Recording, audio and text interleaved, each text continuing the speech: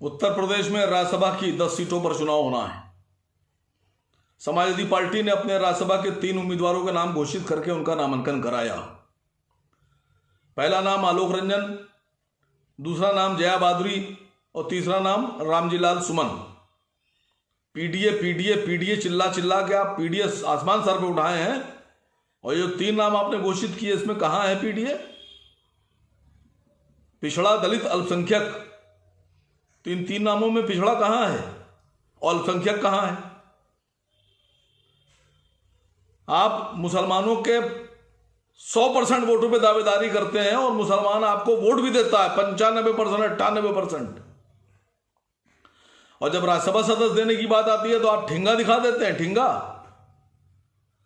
जब आपकी सरकार थी तब आपने 40 में से 36 एमएलसी बनाए थे यादव, और आज जब 3 राज्यसभा सदस्य आए तो मैंने एक चैनल पर भी कुछ दिन पहले आपके एक नेता से कहा कि मुसलमान को राज्यसभा भेजिए, एक को, हमारा हक है, भीख नहीं मांग रहे हैं आपसे, हम वोट देते हैं आपको। तो उन्होंने कहा नहीं नहीं, आप कौन होते हैं मांगने वाले? अखिलेश जी मुसलमानों से बहुत मोहब्बत करते हैं और देंगे। कहां है, कहां दे रहे हैं आप? आपने 2 सीटें दे दी चित्रांश को, आलोक रंजन जी को और इनकलाब श्रीवास्तव साहब की पत्नी को, यानी अमिताभ बच्चन साहब की पत्नी को।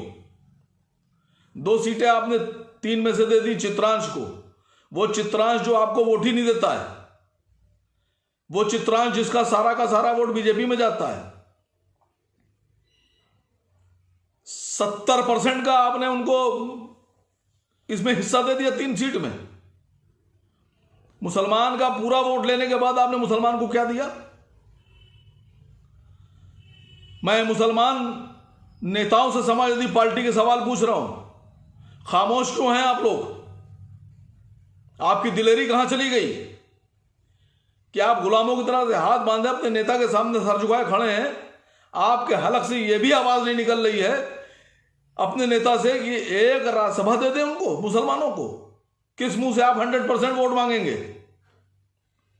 अभी लोकसभा चुनाव आ रहा है, मैं मुसलमानों से इस बारे में बात करूंगा, मैं उनको आगाह करूंगा, मैं उनको जगाऊंगा कि वो लोग जो तुम्हारा 100% वोट लेते हैं सरकार बनाने के लिए, तुम उनकी सरकार बनाने की ताकत लगा देते हो, और जब लेने का वक्त आता है तो तुमको कुछ नहीं मिलता है। ये कैसे समाजवादी पार्टी के मुसलमान नेता हैं कि जबान में गिठा बांधकर एकदम चुपचाप खामोश गुलामों की तरह से खड़े हैं? मैं लड़ाई लड़ूंगा मुसलमानों की, और आपको जवाब देना होगा कि कौन से पीडीए की बात कर रहे हैं आप। अल्पसंख्यक में बाकी कोई तो आपको वोट देता नहीं है, सिर्फ अल्पसंख्यक में जो मुसलमान है वो आपको वोट देता है, और अपनी पूरी ताकत के हिसाब से, पूरी संख्या के हिसाब से वोट देता है आपको। और आप मुसलमानों के बल पर राजनीति भी करते हैं, और उसके बाद मुसलमानों के साथ ये नाइंसाफी। मैं उन तमाम समाजवादी पार्टी के मुसलमानों से कह रहा हूं, उठो, खड़े हो, आवाज उठाओ, लड़ो। क्या मैसेज दे रहे हैं कि पूरे भारत में आप ये मैसेज दे रहे हैं कि जो लोग, जो मुसलमान समाजवादी पार्टी को 100% वोट करता है, वही समाजवादी पार्टी मुसलमानों को एक रेजा बराबर 1% का भी हक देने पर राजी नहीं है। तो जब आप 100% वोट लेने के बाद मुसलमानों को कुछ नहीं देंगे तो बाकी पार्टियों में क्या मैसेज जा रहा है कि मुसलमानों को देने की जरूरत नहीं है? आप चाहे मुझे कितनी गाली बकलें, मैं लड़ूंगा, मैं बोलूंगा, मैं खड़ा हूंगा, क्योंकि मैं बोल रहा हूं, क्योंकि मैं जिंदा हूं। ये दुनिया किसी मुर्दे की कहानी नहीं सुनती। मैं आप लोगों से भी कह रहा हूं, मुसलमान नेताओं, समाजवादी पार्टी के नेताओं, जिंदा की तरह से बर्ताव कीजिए और अपनी आवाज उठाइए।